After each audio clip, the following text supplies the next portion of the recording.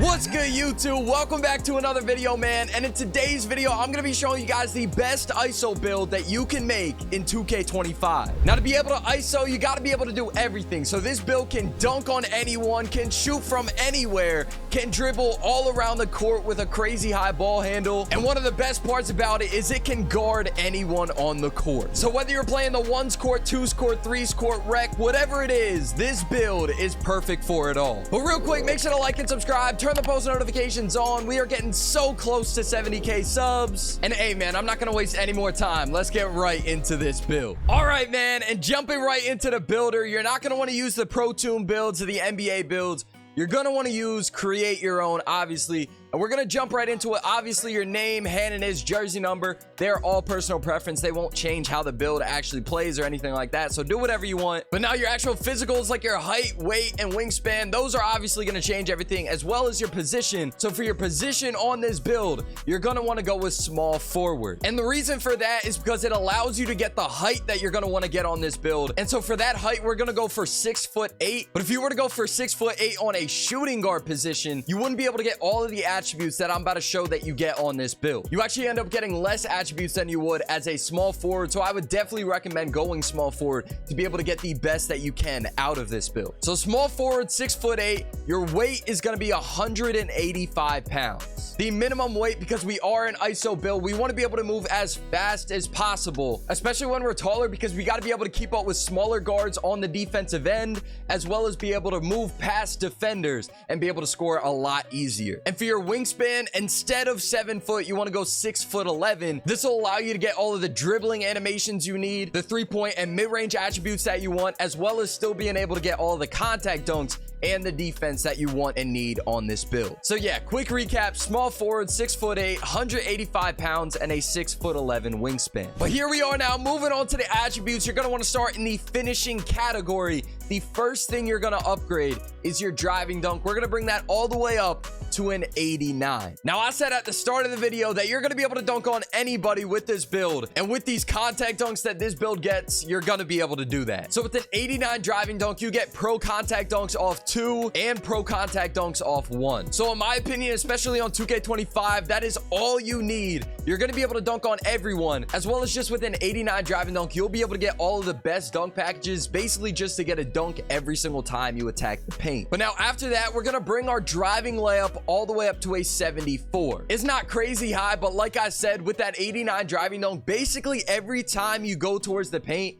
you're gonna be able to get a dunk. And with the 74 driving layup, you're not gonna be missing any layups unless it's like super contested or anything like that. After that, for your close shot, you're gonna want to bring this all the way up to an 81. That'll help you get silver float game in case you ever do floaters or anything like that. And also, it's just gonna help you with those standing layups and stuff like that. If you ever get stuck in the paint and need to force something up, it'll make it a lot easier to make those standing layups. But that is it for now for the finishing category. We're gonna move on to the shooting category, and we're gonna start this off with our mid-range shot. We're gonna bring that all the way up and max it out to a 92. What that does is it gives us dead eye on gold. You see, if we bring it down 1, it drops to silver. So in my opinion, it is definitely worth it to have this badge on gold. It makes it a lot easier to make those shots when defenders are closing out late, jumping at you, or anything like that. And in my opinion, mid-ranges are actually really overpowered this year. From fading them, post fades, or anything like that, they are a really easy shot to really get down, and they are really hard to stop if you really start to master them. But after that, we're gonna bring up our 3-point shot. We're gonna bring this all the way up to an 83. And the reason we're doing 83 is because, once again, if you drop it down 1, you lose that limitless range badge. And obviously, as an ISO builder, you're gonna be shooting a lot, especially off the dribble. So it'll definitely help to have limitless range, just to be able to extend your range just a little bit. That way you don't have to have your toes on the line like KD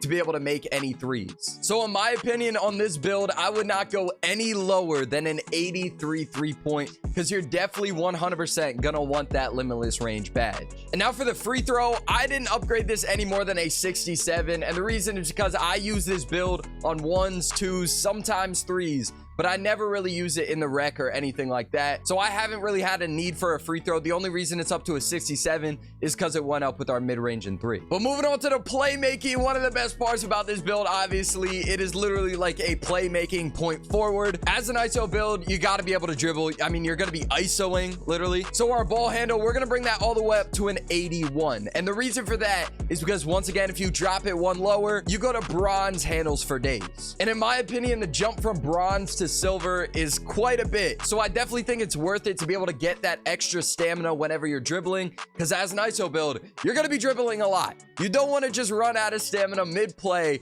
It makes it a lot harder to shoot, makes it harder to keep dribbling, and it's obviously going to make it a lot harder to attack the paint or really just get open in any way. So I would definitely recommend having that handles for days badge at the minimum on silver. So in my opinion, an 81 ball handle is the perfect spot for that. Now for the pass accuracy, in my opinion, this is very important because when you're going to be ISOing and when you're going to be dribbling a lot, there's going to be people that help on the defensive end. Whether you're driving to the basket, taking a shot, or anything like that, your teammates are going to end up being open quite a bit at a time because the defense doesn't want you to just score every single point. They're going to force your teammates to make their shots too. So to be able to get the ball to your teammates, you got to have a pass accuracy. So we're going to bring that all the way up to a 71. And what that does is it gives you dimer on silver. Not only is the 71 going to make your passes more accurate and quicker, but having that dimer badge on silver, it's going to make it a lot easier for your teammates to time their jump shots. And then moving on to your speed with ball, you're going to want to upgrade this to a 77. Now you can max this out by going the extra 2 to 79, but I found that 77 on my build when I made it is more than enough for me. And I chose to use those extra 2 attributes on other attributes that I think made the build a lot better. But obviously it's your build, so you could do whatever you want. Moving on to the defensive end, this build, let me tell you, it is crazy on defense. We're going to upgrade the interior defense to a 64, and that'll just help us get those stops in the paint. Whether it's a guard driving to the paint or even a center in the paint, we're going to be able to get stops really on anybody. And so moving on to our perimeter defense, this is where it gets crazy. We're bringing that all the way up to a 92. Now what that does is it helps you get challenger on gold, which is going to help you to be able to get more contests and better contests on the defensive end. On ball menace is on bronze right now, but once we upgrade our agility more, it's going to go all the way up to gold. Pick dodger we got on silver, but once again, once we upgrade our agility, that's going up to gold. And we get off-ball pest on Hall of Fame. That's just crazy, man. But moving on to the steal, we're going to bring this all the way up to a 73. And what that does is it lets you get glove on bronze. I felt like you didn't need to go up to a 79 steal just because the pluck steals aren't that common this year. It's more of bump steals and more importantly, lane steals. So what a 73 steal does is it gives you interceptor on silver, and that'll allow you and make it a lot easier to get in those lanes and get the steals whenever people are passing. So I would definitely go for a minimum of a 73 steal to be able to get this badge on silver. And for your block, I would go all the way up to a 74. What that's gonna do is it gives you high flying denier on bronze,